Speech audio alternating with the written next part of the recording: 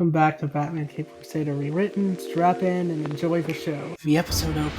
Two officers driving in a van with cash in the back appear to be talking about something until they hear the neigh of a horse. Meanwhile, officers turns to see a highwayman covered in a blue aura waving politely. Driver freaks out and accidentally crashes the van. Female officer is on her knees. Her ghostly highwayman whips her up and softly says, "Careful now, the road is no place for a lady, my dear." He takes a bag full of money from a van and rides off into the night. We cut to an alleyway with Batman fighting some goons en masse. In mere minutes, Batman defeats the criminals and ties them up. Batman hears some clapping and turns to see the highwayman covered in a blue aura, yapping in a slow, sinister way. The highwayman says, "Well done, good show." The highwayman turns to the Dark Knight and says, "I can see that the city has a new hero. Bit of a shame to watch the old one die. Though it seems that winged creatures still seem to be a similar protection around me. After that, some things never change." Batman just glares at the highwayman. The highwayman sighs and says, "It seems that people have lost their manners in the future, including heroes." The highwayman grabs his spoils from the masked thugs and summons his spectral horse and says, "Let us see if you have an adequate speed,"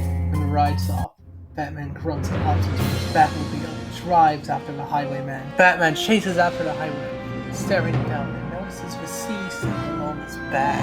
Hitting him familiar. Chase goes on, causing chaos throughout the city. Chase is cut short by a highwayman tipping his hat and disappearing into the night, leaving Batman questioning what just happened. We shift to the opposite side of town where Harvey Dent is hosting a political rally aboard a train. A young boy gazes out the window and spots a highwayman on his ghostly steed. In a burst of excitement, he rushes onto the train, drawing the attention of all the passengers. The highwayman declares, "Now that I've gotten your attention," as he brandishes his musket and adds, "please hand over all your valuables. Billfolds, coin purses, pocket watches, into the saddlebag if you would." Passengers comply, placing their belongings into the highwayman's bag. Harvey Dent steps forward, holding his money up for all to see, and urges the Phantom to spare the train's passenger. The highwayman responds, "Oh no, sir. I would never think of taking from someone of your stature." He turns to a man dressed in tattered clothes and states, "But I will gladly accept everything this one has." The man reluctantly hands over his wallet, and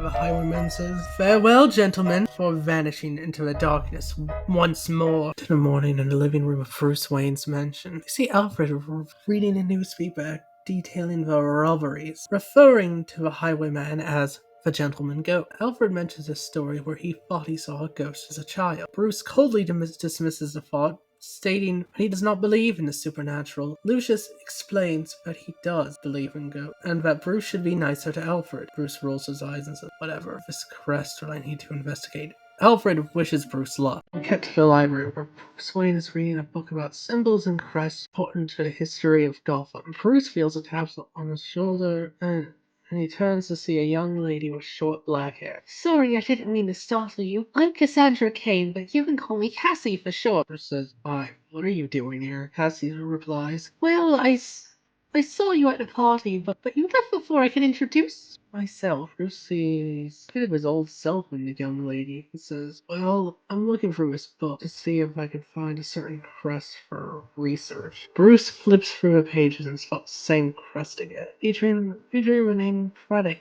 in the bottom left corner. From Frederick, "My lawyer is going to purchase a house from someone with that name." Cassie, who overhears, chimes in, Is that related to the ghost sightings?" Bruce shoots her a disapproving look, prompting her to quickly clarify, "Not that I believe in that sort of thing. My uncle was just concerned about how it might affect his candidacy. Speaking of which, I have to rush to a meeting for him." In a rage, she jets off, leaving a book behind on Imp Metal. Bruce picks up the book, and there is a page bookmarked about a hero with wings and an Imp Metal mace. The hero went by the name Hawkman. He mentions that the hero was the one who helped capture a criminal whose name is crossed out, so somebody wanted to hide who the criminal was. Page also mentions how Imp Metal is one of the only things that can hurt evil spirits. Seems like Bruce might have visited Mr. Craddock to see if he's hiding any, just in case Mr. Craddock pretending to be the ghost. Cut to the Craddock residence with Lucius Fox talking to an older man named Russell Craddock. The two of them are talking about turning the place into something nice for the orphan. Bruce Wayne drives onto the scene in his dark blue sports car. Bruce says, Hey, I just wanted to see how Steel could. Russell seems okay with this. The three men walk inside. Russell shows the men around, talking about how old the house is, how it dates back to the beginning of Gotham. The group sees a picture of a man in a red coat, and Bruce asks him. Russell mentions that this is a picture of James Craddock, one of the founders of Gotham, and one of the worst people in history. Russell reveals that James Craddock belonged to one of Gotham's founding families. He constructed his estate, Heritage Hall, on land bestowed upon him by King George III of England, notorious gambler. Craddock wasted much of his family's wealth, came close to losing Heritage Hall. During the American Revolution, remained devoted to the loyal, attributing all his troubles to democracy. Eventually returned to a life of crime, becoming the highwayman known as Gentleman Jim. To make ends meet. His downfall came when he was apprehended by the hero known as Hawkman, leading to his capture and subsequent execution at the town's gallows. Russell is on the verge of transferring ownership of the house. Lucius, when out of nowhere, the ground begins to fissure. Flame in the fire shift to a striking blue. Gentleman Ghost bursts out of a painting, shouting, "No, I refuse to let my land fall into the hands of such lowly scum!" Gentleman Ghost sees Russell glaring. "You bring immense disgrace to our family name." A wave of blue flame takes over Russell's face, casually tossing his fallen descendant aside with a graceful laugh. Whispers to me, "I'll keep him occupied. You get ready." Bruce nods and dashes away. Lucius makes an attempt to bring the Gentleman Ghost down to the ground. Instead, faces right through him. Gentleman Ghost chuckles and tells him, "What was that supposed to be, you miserable wretch? You're not even fit to polish my shoes. I can tell just by looking at you." Lucius retorts with a laugh. "You know nothing about me, you fool." This infuriates the Gentleman Ghost, and he's go through flames as he shouts, "How dare you!" "Well, this is a perfect chance to put you in your place," just as the Gentleman Ghost. Straight battering thrown by the Batman interrupted. The Gentleman Ghost exclaims, "Ah, we meet again, Dark Knight." Batman fixes a fierce glare on the Gentleman Ghost, charging towards him, delivering a powerful punch to his chest, which results in his own fan freezing. The Gentleman Ghost, "Which part of Ghost did you fail to grasp?" Before striking Batman, sending him crashing forward, he strides forward. "There was a time when the lower class would bow before me. How about you do the same, and I might spare your pathetic life?" Holding the knight statue, moved into an axe, the symbol of info, was described in a book he earlier read. Batman seizes the weapon and swings it at the Gentleman Ghost's arm, severing it. Gentleman Ghost exclaims, "You insufferable little! Do you have any idea how long it's going to take to regenerate that? You certainly have no manners, my dear." Before vanishing, Batman remarks, "Clear, will return." Lucius responds, "Absolutely, and we need to be prepared for this.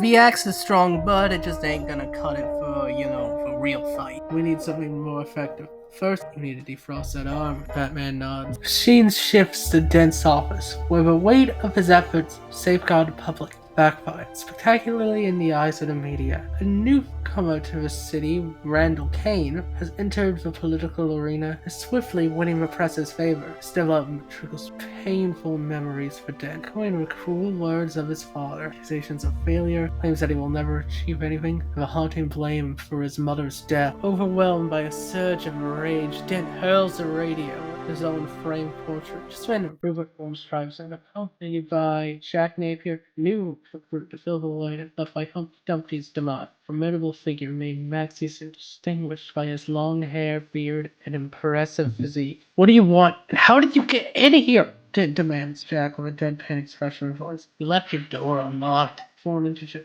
a struggling impulse. "Is that true?" "Listen to you. You already dominate him." Jack flipped sarcastically. "We're here to propose a bake sale with you. We're glad to offer you some financial support. Exchange for a favor I'll specify later." Today, side agrees. "All right, deal." They seal their agreement with a handshake. He cut to the Batcave with Alfred defrosting Batman's hand and says, "Seems a ghost is real, sir." Batman grunts. Alfred sweats a little insultingly. "Though I do know someone who can help." Batman nods. They shift to a rustic shack nestled in Gotham Woods, owned by a man known as Papa Midnight. Batman arrives at the location and knocks on the door. Papa Midnight opens it and exclaims, "Well, this is a surprise." Batman seizes him and demands, "What do you know about ghosts?" Papa Midnight replies, "I know just about everything. What do you want to know?" Batman states, I need to learn how to capture one. The spirit of one of Gotham's founders is on the loose. Papa Midnight informs. Summon him. You'll need the blood of a noble. Then use the incantation to trap. After that, you will bring him to me. Understood? Batman responds, yes. Scene shifts to a graveyard where Batman and Alfred stand before the grave of James Craddock, holding the deed to his house. Alfred makes a small cut on his hand, allowing the blood drop to fall onto the paper. As he recites the incantation to summon the gentleman ghost. Suddenly, the ghost appears, exclaiming, "You fools!" as he seizes Batman and hurls him against the gravestone. As the gentleman ghost lunges at Batman, intent on dealing a fatal blow, Batman retaliates with a punch using his metal knuckles, striking the ghost in the stomach. The gentleman ghost gasps, "You fiend!" Batman then swings the knuckle towards the gentleman ghost, shouting, "Pennyworth, activate the spell, now!" Alfred begins to chant. The gentleman goes through no and attempts to take control of Batman in a desperate attempt. Alfred intervenes, becoming possessed instead. Alfred's eyes glowing blue. Batman looks on in horror and others. No, Craddock, now in control, laughs and declares, "Oh yes." Batman strolls upon harming Alfred, allowing Craddock to anticipate his every move. "I know your tactics, Bruce Wayne." Craddock taunts. His expression shifts to one shock.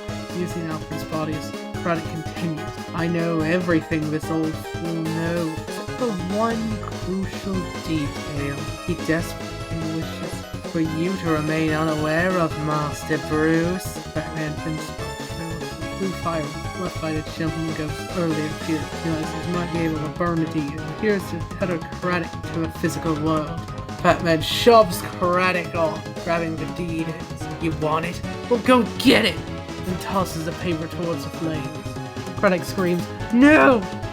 He gets out of Alfred's phone, grabbing the paper, but it turns out this was only a distraction for Batman to finish the trapping incantation and trapping the gentleman ghost the bottle Papa Midnight gave him. Batman tells Craddock to go back to the pit as he begs to be let free. Batman turns to Alfred and says, "You idiot, don't scare me like that." Alfred says, "So you do care, Master Bruce?" Batman sighs in response, "Fine." Batman delivers the trapped gentleman ghost to Papa Midnight. The gentleman ghost begs not to go with Papa Midnight, clearly afraid this witch might do to him. Batman just leaves and we zoom in on Papa Midnight's wicked smile as our episode comes to a close.